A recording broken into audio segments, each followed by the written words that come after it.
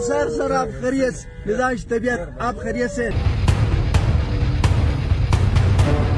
PTI को front से lead करने वाले शेर अफजल मरवत जो मुखालफिन के जहनों पर हर वक्त छाए रहते हैं, कभी वो होते हैं पेशावर, कभी लाहौर, कभी बलोचिस्तान, और ताबड़तोड़ और तूफानों की तरह वो जलसे जलूस कर रहे हैं। और पीटीआई में अगर कोई बंदा इस वक्त मंजर आम पे है तो उसका नाम शेर अफजल मरवत है। मुखालफिन की भी कोशिश है कि उनकी गिरफ्तारी डाली जा सके, और आप देखेंगे इन मनाजर में कि किस तरह जब वो पहुंचे हैं एक जलसे में तो उस दौरान नाके लगे हुए थे, पूरी कोशिश डाली गई किसी तरह उनको अकेला पाकर गिरफ्तार करने की, लेकिन उनके साथ थे दबंग नौजवान जिन्होंने शेर अफजल की गिरफ्तारी की कोशिश नाकाम बना दी। किस तरह शेर अफजल को वहां से फरार कराया आपको इन मनाजिर में दिखाएंगे, लेकिन वही बात कि हमारा चैनल सब्सक्राइब कर लें।